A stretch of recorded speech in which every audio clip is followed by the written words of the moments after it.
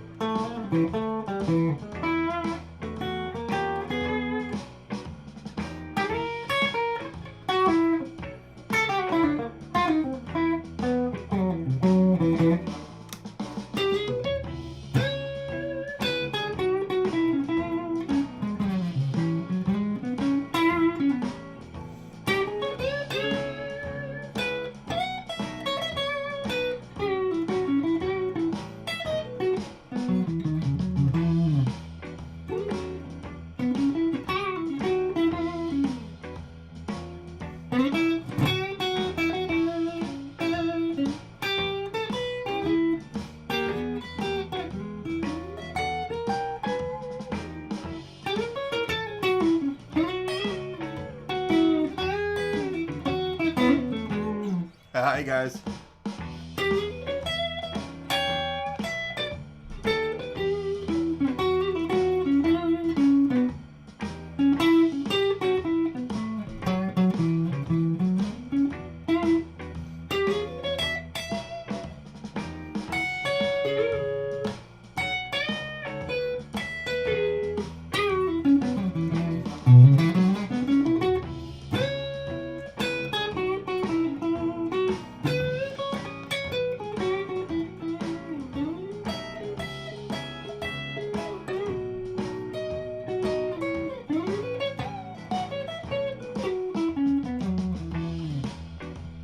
Okay. How's it going, guys? Folks. Oh.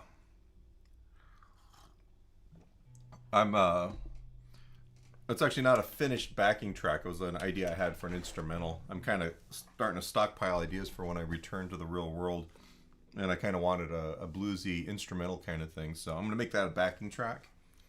I just, literally, that's kind of the rough draft. So it needs better guitars and bass put on it, and I'm going to put some Hammond organ, I think, on it, and then I'll release it out into the world. So, all right. So, I'm not going to spend too much time screwing around today. I kind of want to start. We talked last week about the CAGED root patterns. All right, the lesson from last time, and maybe what I'll do is. It's actually kind of a good question here. Did I post that in there for you guys?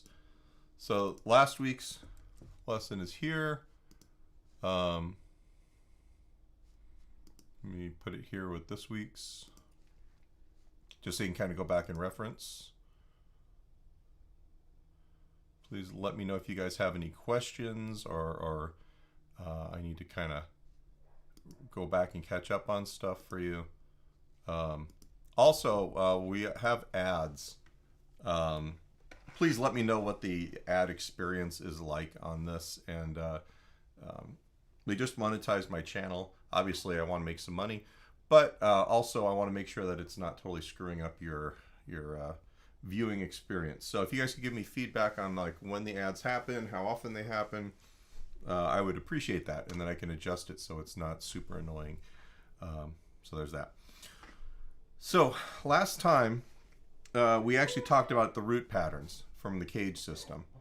So we pulled out of your open chords, the C chord, the A chord, C, A, G, E, and D. We pulled out the note that makes the root. We talked about the notes that make up the chords. We talked about why we're doing what we're doing in the layout of the fretboard a bit. So I'm not really gonna go back and review any of that. Although if you have questions, if I kind of leave you in the dust on some of this stuff, please feel free to ask, and I'll go back, because it never hurts to review or to clarify. All right, so the first thing I'm thinking, maybe what we could do is let's talk about scales for a minute. And we're going to do this in a very non-musical fashion to start with. So I'm going to do this on this page here. All right, I'm just going to write on the paper some stuff. Right, the first thing is where are all the notes? I kind of started doing this with somebody last week and it seemed to work pretty good. So if we take each of the notes that exist, and we're going to start on C because that's going to make this easiest. C, and then the next note is C sharp, which also happens to be D flat. We've got D, we have D sharp or E flat.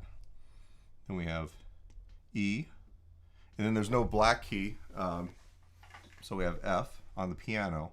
And this is, I'm assuming you guys kind of know this stuff, so I'm basically making this so that we can kind of talk about why we build scales the way we do.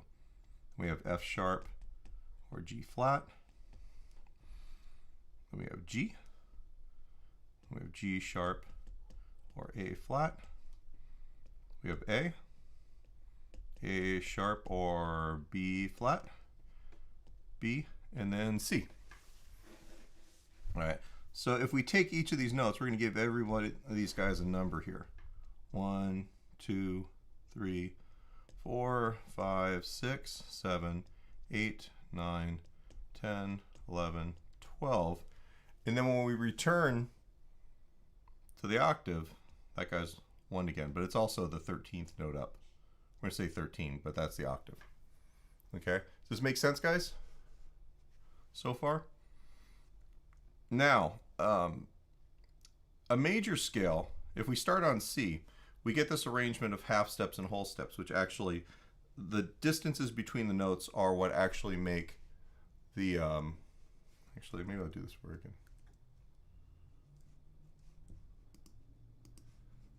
Oops. Let's get rid of that guy. Bring that guy up here. Should be able to do both. Okay, so the distances between the notes give us the sound that we're looking for. All right, so in a major scale, we have this arrangement of whole steps and half steps. And a whole step is every other note, and a half step is just the next note. All right, so here, if we just take the natural notes, all right, so C, D, E, how about we do this? There we go. F, G. And the reason why we're starting on C and we're playing in the key of C major is because this is all natural notes. There's no sharps or flats in this one. It's kind of easy to think about this. And we're going to build this in another key here in a second. All right. Now, the half steps, let's make this guy red here. If we number these in terms of where it is in the scale, we have the first note, second note, third note, fourth note, fifth note, sixth note, seventh note, and 8 is the octave. Okay, so up here we have the, we'll call these scale degrees in red.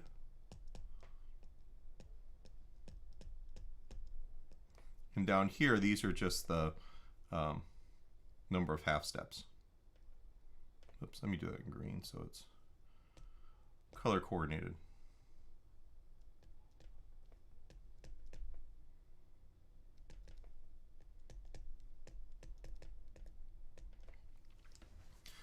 Between the third and fourth notes, I'll do this in purple, and the seventh and eighth notes, that's when we get a major scale sound.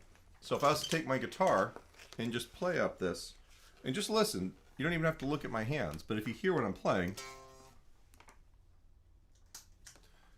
1, 2, 3, 4, 5, 6, 7, and then 8. That's the octave. We've gone through all 7 scale degrees. All right, major scales have 7 names in them. A pentatonic scale would have 5 notes.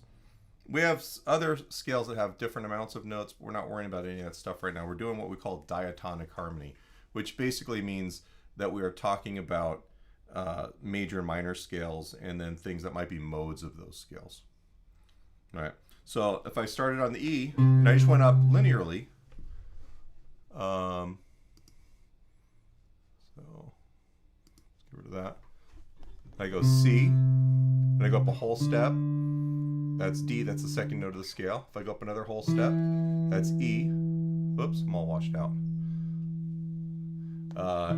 and then that's the third note, and then the fourth note is up a half step, and then from the fourth note we go up a whole step to the fifth note, whole step to the sixth note, whole step up to the seventh note, and your ear hears this. It wants to resolve to the octave, or we're back to the original note.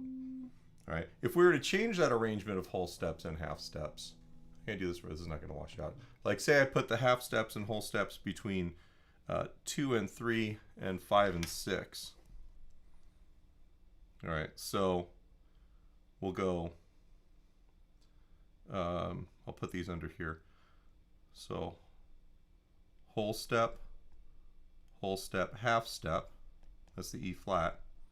Now see that I've got a D, so I don't want to call the next note a D sharp, because otherwise we lose our numbering here for the scale degrees. We have to have one of every scale tone. All right, so 1, 2, 3, whole step to 4, whole step to 5, half step to 6. Whoops, actually. I'm doing this slightly different than I normally do, so I apologize if I'm... So, whole step to 5, half step to 6 would be A flat because we already have a G in there. Whole step from 6 to 7 would be B flat, and whole step back to here, to the C. So what this is, when we have the half steps between the 3 and 4 and the 5 and 6, we actually get a minor scale.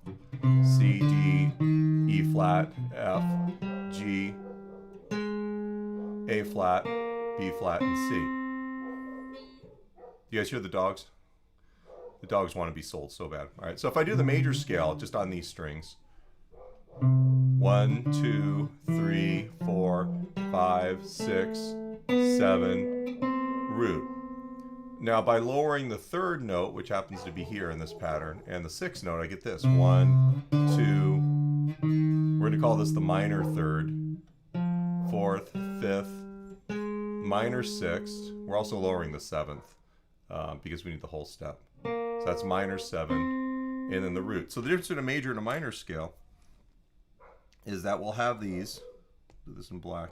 So the first note here, that's the root. That's the second is a major second.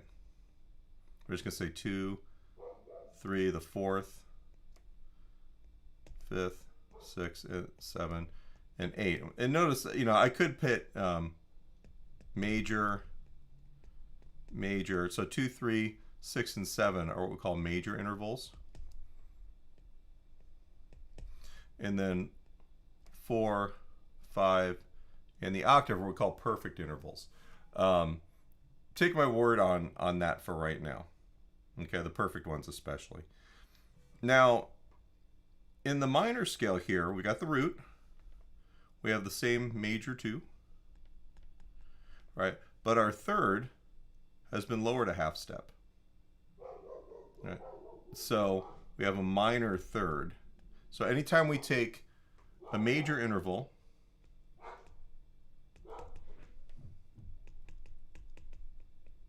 and lower it, it becomes minor.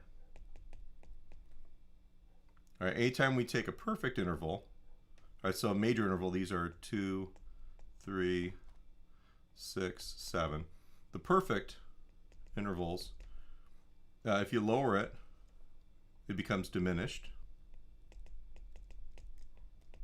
And if you raise it, it becomes augmented.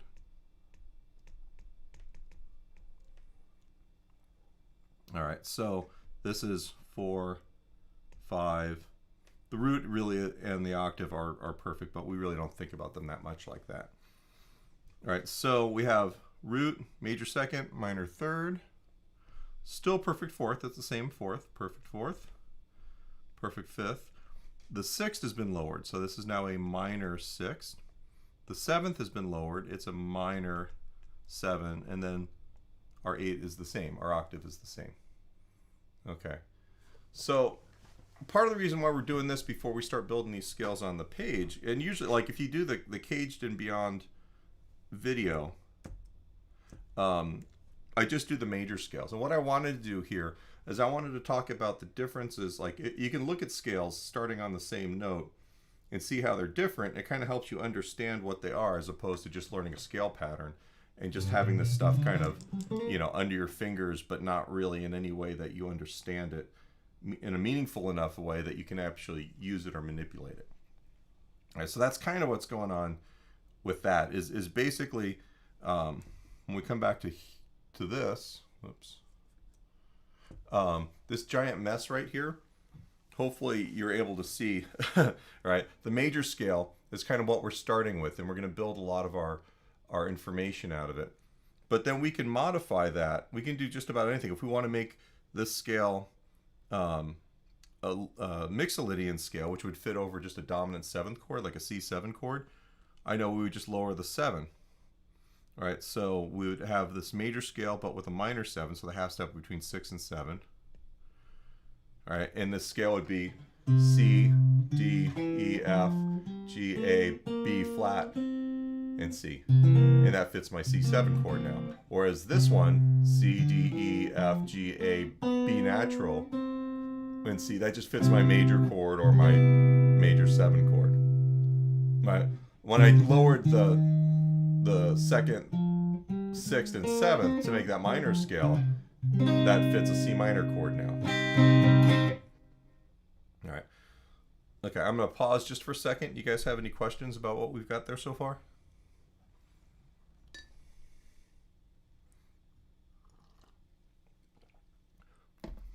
Okay. The one last thing that I want to do, since we're doing this on the paper right now, is that usually when I talk about chord tones when we're soloing, all right, I'll usually say the root, 3rd, and 5th, or root, 3rd, 5th, and 7th. All right, so a major chord, we're going to kind of keep this visible so you can see it. Major triad is root.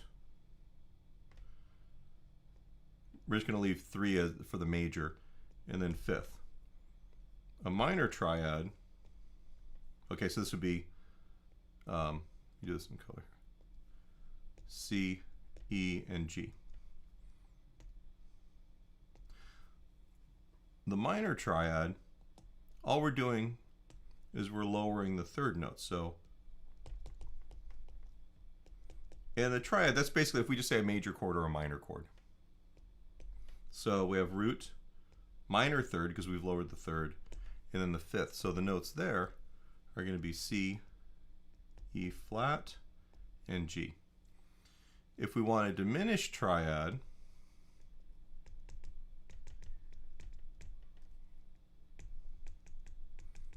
this is like going to a lecture in college and the professor's writing all kinds of stuff on the dry erase board and not really making a whole lot of sense. So on a diminished triad, we have the root, the minor 3rd because we lower that, and then the diminished 5th. We've lowered the 5th as well at this point. So the notes here are going to be C, E flat, and G flat. What did I do there?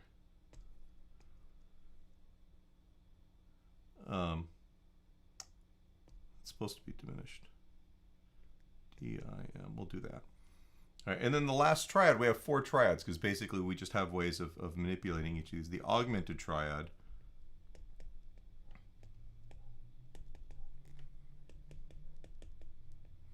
is root, major 3rd, and then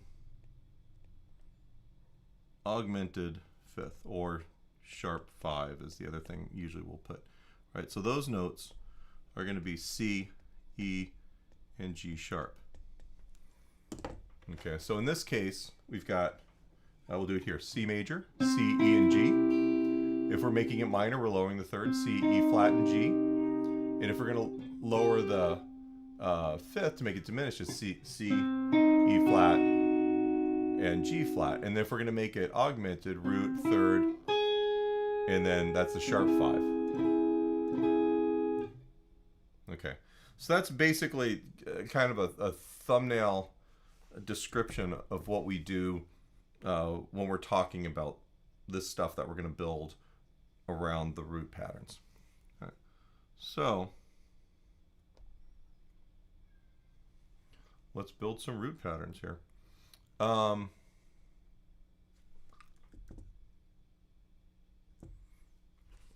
So here, we're going to do this. In the videos, I usually do it in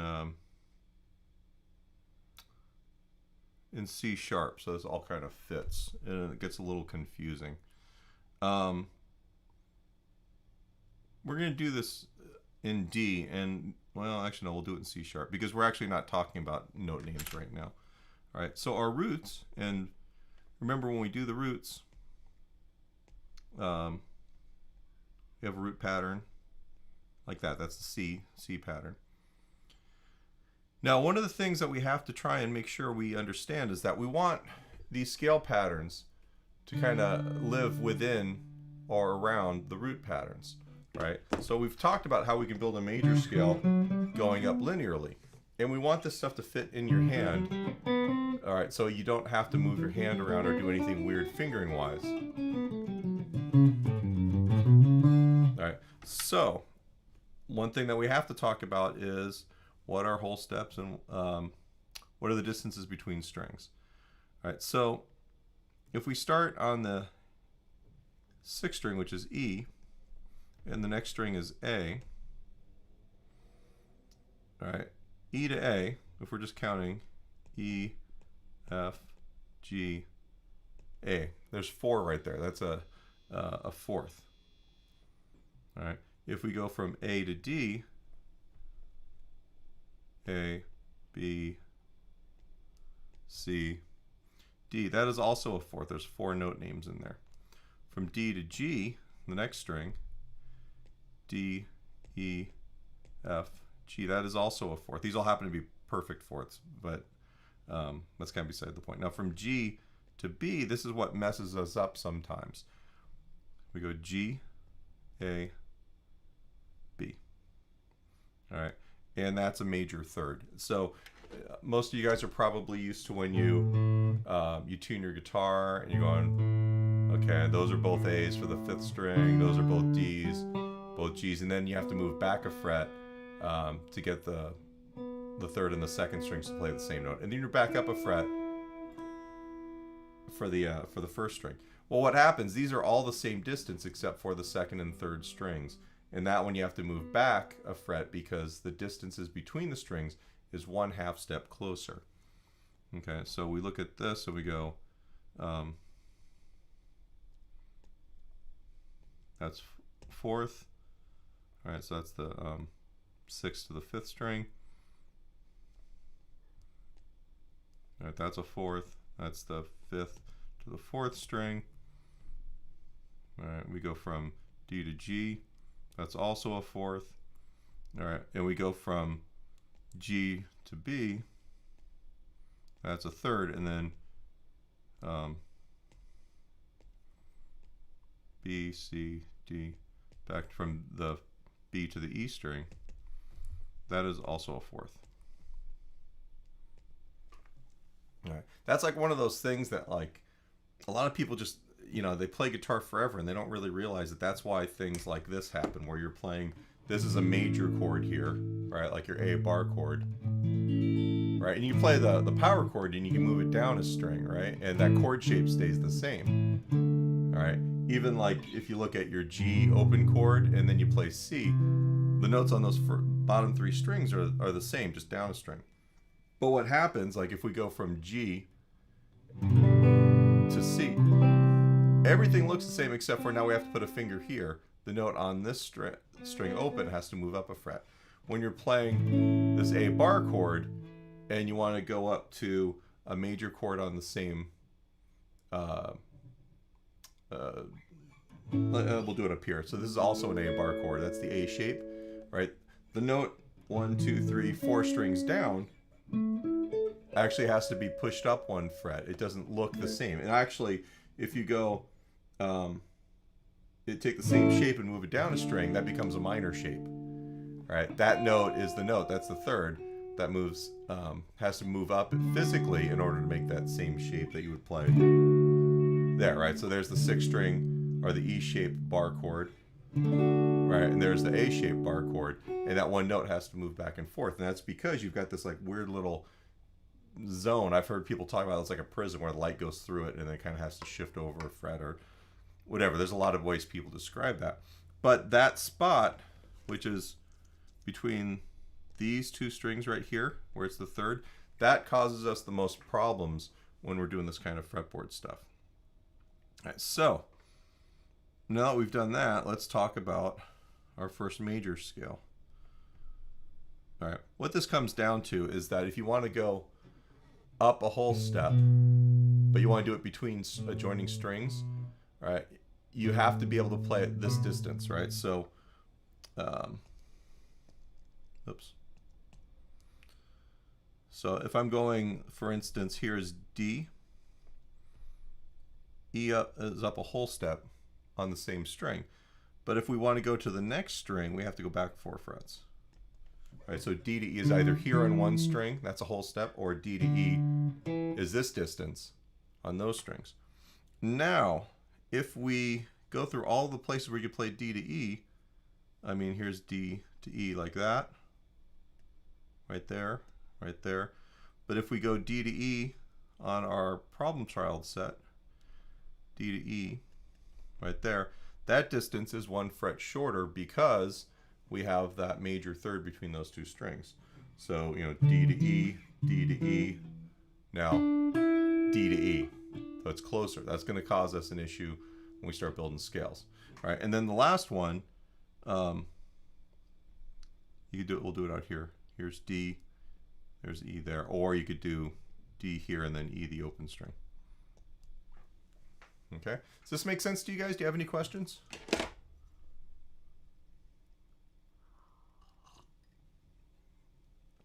It's kind of a long way to go before we even like build a scale, but I think it's all important stuff structurally that you should understand.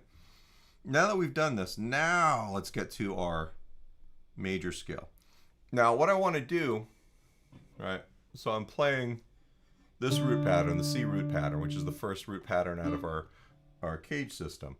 And because I've got a note here on the 3rd fret and one on the 5th fret, I don't really want my first whole step to be at here. I need it to be where my hand's going to cover the whole position. All right, so root, and then here's 2. Make this bigger here. All right, that's the whole step I want. And then whole step to 3. Remember, major scales, half steps between 3 and 4, and 7 and 8. So half step to 4. Now we need a whole step. Obviously, we're keeping it in this boxed area here. So here's where your 5 is. Then a whole step up to 6. Now, theoretically, this spot right here, that could be our 7. But that's kind of a pain in the butt. You'll play that occasionally, but really what we want is, we want it here. And that's that shortened whole step that we were just talking about. Now, when my students do this, for me, especially in conservatory, I say, hey, you know what? Everywhere you see a root, just put a 7 underneath it. Right? You just know that the 7 and the root are going to be a half step apart, and that's a great way to cheat. So that gives us 1 octave of a D major scale. All right, and then the root 3, 5. You can play the root again. That gives us D major chord.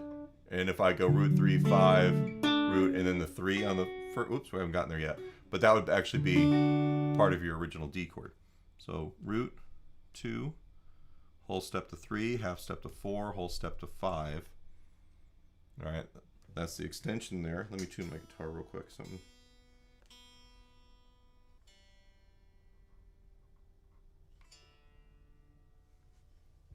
All right, so we want to get an entire position here. All right, so we're going to go backwards from the root. Root 7, whole step down to 6, whole step down to 5. Notice that because the 1st and the 6th strings are both E strings, they look the same. 5, whole step down to 4, half step down to 3. Right? So this whole position is D major in this position here. Root 2, 3, 4, 5, 6, 7, root 2, 3, 4, 5. And usually when I have people practice this, I'll have them call the scale degrees out loud. You'll verbalize it, because part of it is we want to know what notes you're playing. You want to get used to this ear training part of it. So root 2, 3, 4, 5, 6, 7, root 2, 3, 4, 5.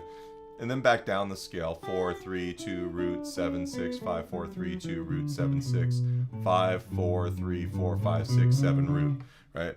So being able to do the scale where you can verbalize it, there's a couple different lessons like involved here. So let's give you some metronome here. Metronome is set to 60 beats a minute.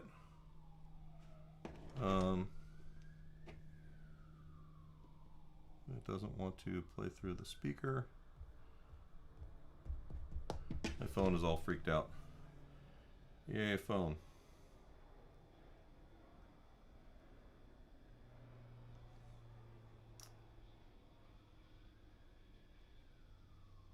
It's connected.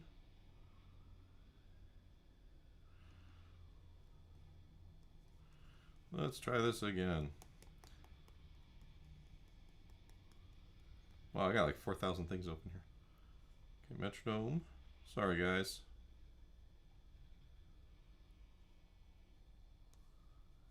Huh.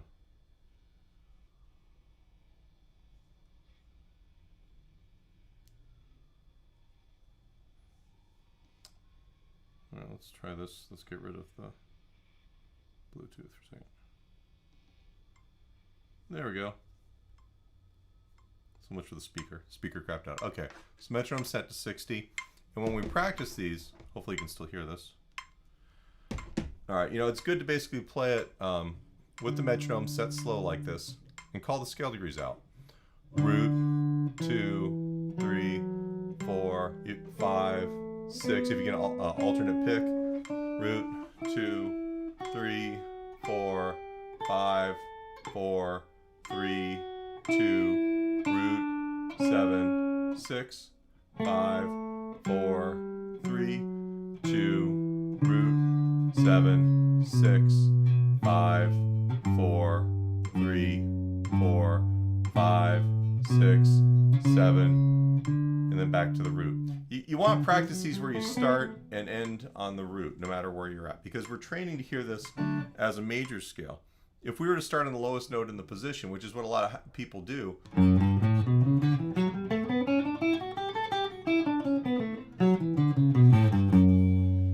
actually it doesn't sound major anymore. It's actually because we're kind of getting that that note as our resolution point in our head.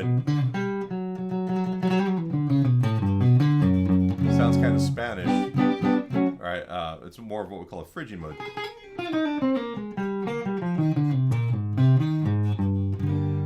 It's a different sound. So you practice it this way. Not only are you getting the scale learned under your fingers, you're calling out the scale degrees as you're playing them. So you're starting to identify what the notes are. Because what happens is, as you do this part of it, you're kind of training your brain to hear what your fingers are doing, and you know, you're attaching this other meaning to it that really helps it sink in. All right, especially like, hey, I know I'm on the 7 here. I know the next note's going to be the root. Or if I'm, you know, on the 5, 6, 5, 4. If I'm on the 4, I know the 3's a half step below. It doesn't exist as just a bunch of places to put your fingers. It starts having enough of an identity that you know what you're playing, where you're playing it, and then you also start, your brain, your oral imagination, starts identifying those notes with sound. And then it becomes a lot easier, like when we get to the next part where we start talking about improvising or soloing with this stuff, it becomes a lot easier for you to start knowing what notes to play and how to build phrases that make sense against the chord. So that's kind of the deal with this practice method. You know, we try and make sure that as we do it, if you notice I'm staying in one position with this, I'm not doing any kind of weird fingering, so I'm not moving around. I'm using my 3rd and 4th fingers a lot. There's going to be some position shifts and things like that. But the reality is you know, I try and sneak a couple different lessons into this, and some of them we just don't talk about so much. So, you know, I want you to alternate pick strictly. All right. I want you to call out the scale degrees while you do it. I want you to use the metronome. All right. We're trying to give you a start on decent technique. We're trying to give you a start on knowing what these notes are as you play them. And we're also trying to make sure that when you play a major scale, it actually sounds like a major scale. Because every scale, every major scale, can be modalized, which means that we can make any note in the scale a different mode or a different scale with a different sound. So I'm playing in D major.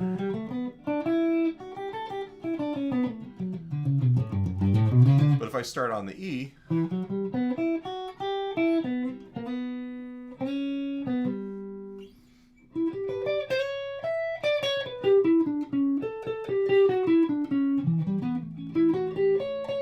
right, so that's a Dorian sound. All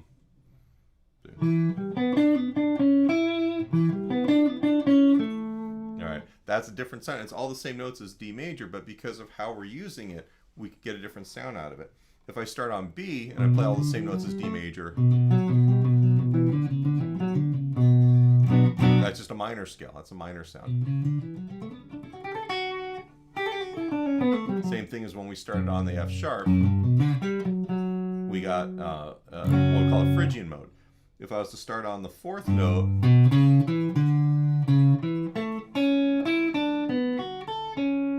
right, that's a G-Lydian sound, right?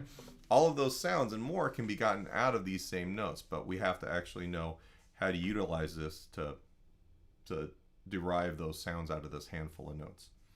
So, okay. Makes sense? So, Tom has a question. Hat, always hat. So that's the first thing. Now, if we take this same root pattern,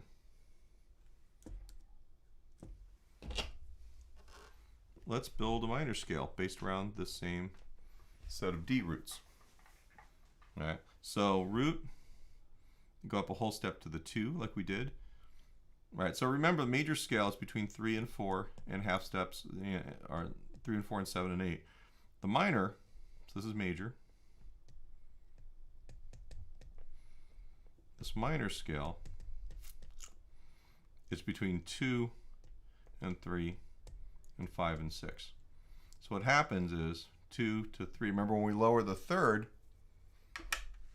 we make it a minor. So it's a minor third.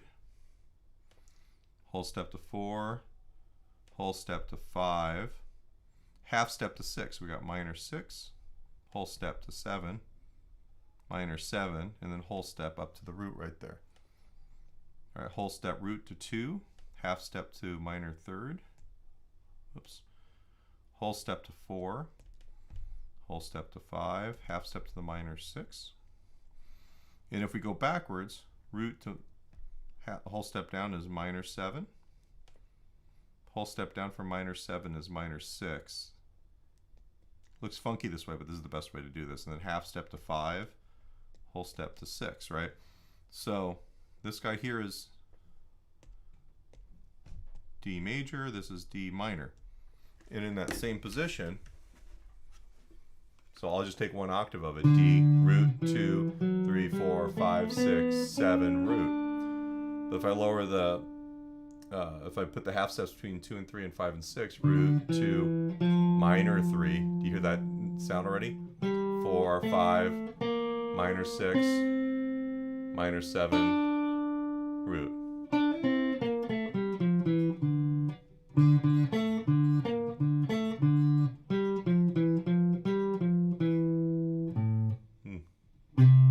Play Crazy Train in that weird position.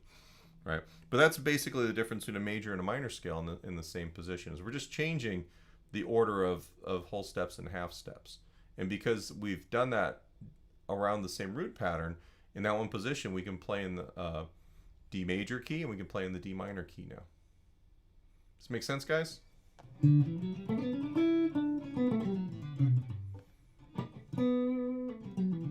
Okay. So we're going to continue on with major scales. We're doing this in D, so we have this, oops, this root pattern.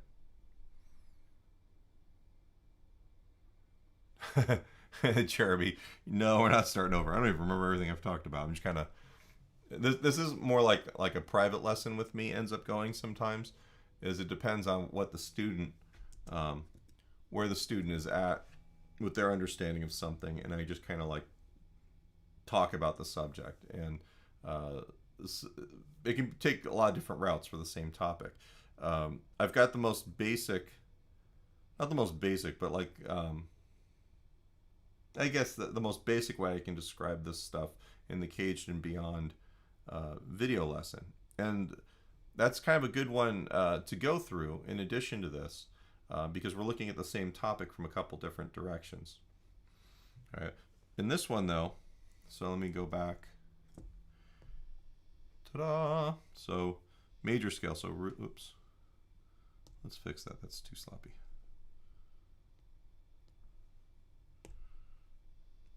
So those are the roots. So whole step to, oops. Whole step to 2. Whole step up to 3 up here because we want, you'll see the hand position. Half step to 4, whole step to 5, whole step to 6, whole step to 7. Remember I said you could go through and just put your 7s 1 fret below all the roots, right? So there's the root, whole step to 2. Remember that these 2 strings, that's a third, so that's the shorter distance for the whole step. Whole step to 3, half step to 4, whole step to 5. I'm kind of cranking through this at this point. Whole step down to 6, whole step down to 5. So that's D major in that position. All right, so if I bring this back for a second, all right, I've got D major here, root 2, 3, 4, 5, 6, 7, root 2, whatever. All right, and now, just like I was doing before, put my second finger where my fourth finger was, and then root 2, 3, 4, 5, 6, 7, root. And I have to shift up here a position so that my hand gets all 4 notes. So 2, 3, 4, 5, 6. When I come back down, you know, the natural thing is to want to use your third finger there, but then you got this weird stretch. So if I'm going down a position like that, here's 4. Let me bring this guy back here. So you can see this. So 4, 3, 2. The root, I'll bring the pinky here so it pushes the whole hand back. 7, 6, 5, 4, 3, 2, root, 7. I'll go 6 and 5 with those 2 fingers. A lot of times people will want to just go 1 and 3 for everything. All right. There's no reason why you have to do one fingering over another. But I push these fingerings because in the beginning, this is really the most efficient way to get your hands to work in time. People will do all kinds of weird, weird stuff. And ultimately, you can be free to do whatever you want and never play in time. In this instance, we're programming your hands play in time, but also to remember the scale pattern a little bit better. These, if you're not careful, they can all kind of turn into the same thing, and it sounds like a mess. All right, so we've got our C root shape with the D major scale. We have the A root shape with the D major scale. Let's do the next one up, right? So C, A, G. Now this one, let's do my cheat, which I keep forgetting to do. Put the 7s below everything. All right, this is going to kind of keep us on track a little bit better. All right, so root, go up a whole step to 2, whole step to 3, half step to 4, whole step to 5, whole step to 6. Now this whole step to 7 right there. You know, I mean, theoretically, we could go root 2, 3, 4, 5, 6, 7 there, and then root. But it's a little weird for the group of scales we're playing. We'll learn multiple fingerings for each of these scales, and there's no reason for that other than the fact that the more ways you learn this stuff, the more all of these caged root patterns, the faster they go away. You know, ultimately what we're trying to do is we're trying to learn this stuff so that you just know where to play anywhere on the fretboard, and you know what all these notes are relative to something. And if I've got a phrase, say I'm going, right, I know root 3, 4, 5, 4, 3, root 7, root, right? So if I want to make it minor, root 3, 4, 5, 4, 3, root 7, root. All right. If I want to make it a dominant 7 chord, right? Suddenly you have the ability to turn any idea into any other idea because you know what those notes are relative to each other, and you understand the basic theory or harmony behind each of these ideas. All right. Suddenly, one idea that you have can turn into a lot of other ideas. So coming back to this, root, up a whole step to 2, up a whole step to 3. All right, remember that's the third and second strings. So that gives us our short distance because it's a major third. Half step to 4, whole step to 5, whole step to 6. And then obviously here, root, 7, 6. So one way to error check this, I can just, let's do that. You can kind of take a look at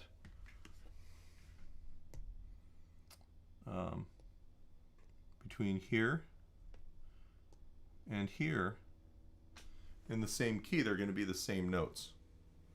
All right, that's the overlap between two patterns. All right, so being able to do something like that kind of helps make sure that you're on the right path as you're building these. Now I'm going to get rid of those lines though.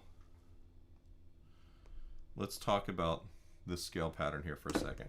This is one of the ones where the fingering is a little problematic for most people.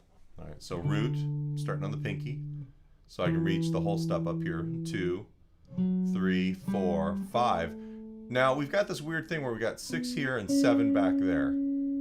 All right, so the best thing to do is, as I'm going up, root 2, 3, 4, 5 is the first finger, and I'll bring my pinky back for 6 so I can reach back 1 fret for 7. I just kind of ooze back there. I'm not having to pick the hand up and move it. All right, once you get used to this kind of transition, it's very smooth. All right, and we also don't hear you accidentally go, you know, sliding into notes or missing notes because you're just picking up a note, finger and putting it back down. All right, so once again, root, 2, 3, 4, 5. We're gonna use the 4th finger on 6, move back for 7, root, 2, and then we're gonna slide the 1st finger up for 3, 4, 5, 6, 7, root. Don't need to go that slow here. And going backwards, once again, root, 7, 6, 5, 4, 3. We want to go back in position, so bring your pinky back here so you can reach back. Root, 7, 6 for the pinky, and then bring your 1st finger up, and that's going to push you up a position for 4, 3, 2, root, 7, 6, 7, root. Right? I'll play it one more time. Let's get a little bit more straighter thing here.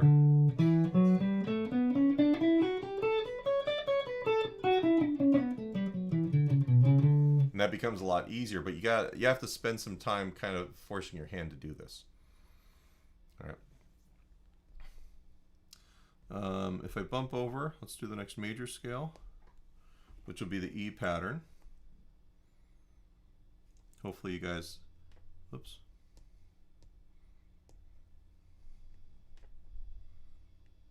That's your E root pattern. So this one, root, 2, 3, 4, 5, 6, 7. I should have put my 7s in there like that. The root, 2, 3, half step to 4. All right, here's a trouble spot for a lot of people. 4 to 5 is a whole step. That's on the 3rd and 2nd strings. That's the shorter distance there. And then 6, 7, root, 2. All right, and that is that root pattern there. There's this weird thing that happens when I'm playing this guitar and I'm using my iPad. Like when I put my hand on the iPad, I don't know if you guys can hear this. It creates a ground loop. I'm not entirely certain how that works. I'm not even touching the guitar. So if anybody has an answer to that, I would love to know that. And then the last one of these scales, we're gonna have to extend this a little bit here. This is the D pattern. So root, 2, 3, 4, 5, whole step to 6. There's 7. Make sure I put those 7s in there.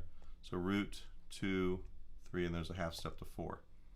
And when I go backwards, 7, root 7, whole step to 6, whole step to 5, whole step down to 4, 3, and then 2. So this is kind of the weird one, weirdest one, I guess.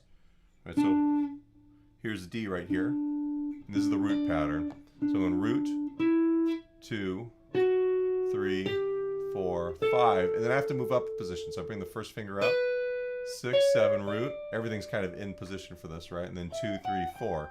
And when I'm coming back down, 3, 2, root, 7, 6. I bring the pinky back 1 to play 5. And then 4, 3, 2, root, 7, 6. Now this is going to look familiar too. For the 5, I'm going to bring the first finger up a fret so I can reach the 4 out there. 3, 2, root, 2, 4, 3, 4, 5. Bring the pinky back for the 6 so I can hit the 7 and then the root. All right, this is very much like the G pattern where I was going and making that transition like that. What that comes from is having 3 whole steps in a row. It's impossible to play that one position unless you're doing 3 notes per string.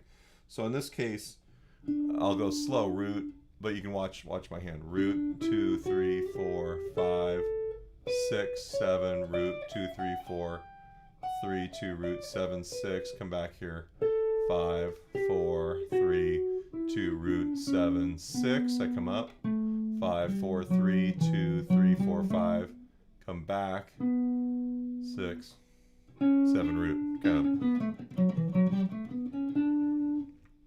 All right, and then that brings us back to C. We're all the way up there. Okay, so I'm gonna pause for a minute. If you guys have any questions,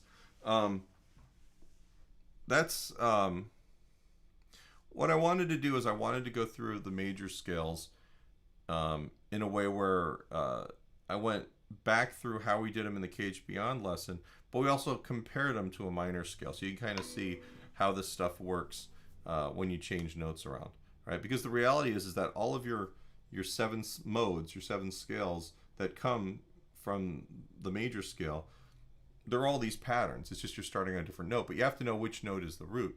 Now, if I was to take, so let's get,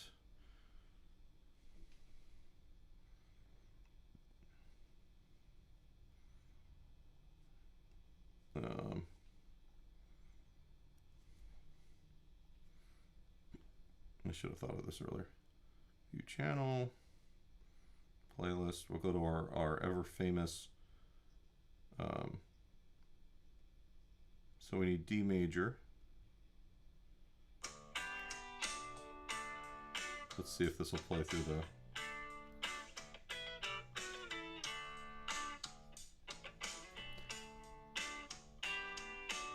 It's maybe a mess here. Oh, it's gonna work. Okay. I'll put the link for this. But in the key of D major, we can just play these scales over this. So we can use the backing track as kind of a metronome if you wanted to. You play just cool. You could just play with this, playing quarter notes, 1 per beat. I kind of like this idea of using the backing track as a metronome, because what happens is that it's more like playing with a band. It is playing with a real band. So you get used to playing in the pocket as opposed to just the click. You should be able to play with the metronome. So 8th notes, 2 and 3 and 4 and. You can do 3 notes per beat or triplets.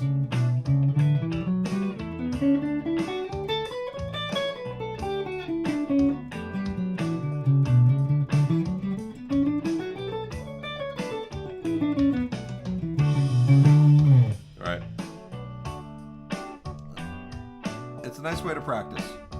All right, and then you can also obviously jam.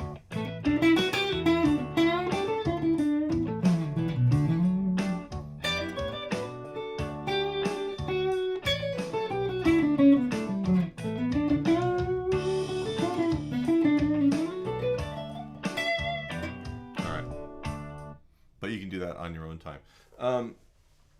The next lesson is going to be on chord tones and triads, and we kind of talked about that stuff a little bit today, but next lesson we're actually going to talk about the improvisation aspects of this, playing the major scale, knowing which notes actually kind of frame out your sound and become good resolution points, and become good ways to actually identify your harmony sonically, and which notes are tension notes, which don't necessarily do that.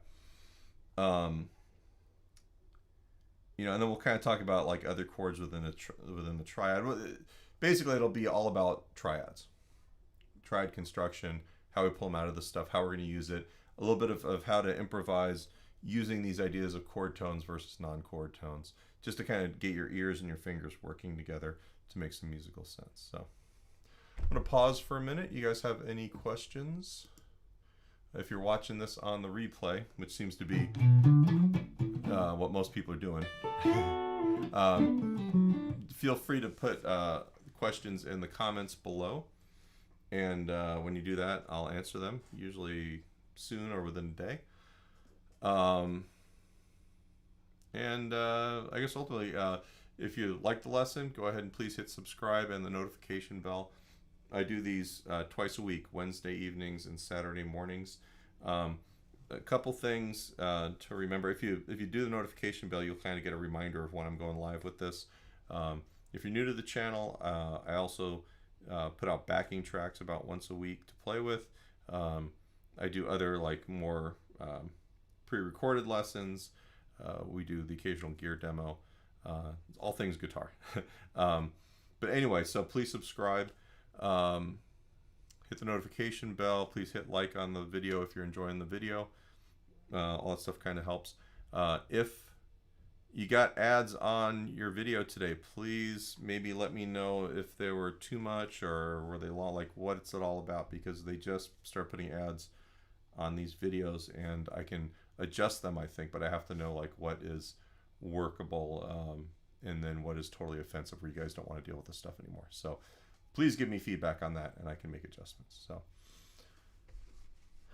all right, unless you guys have any other questions, I'm probably going to call it for the evening.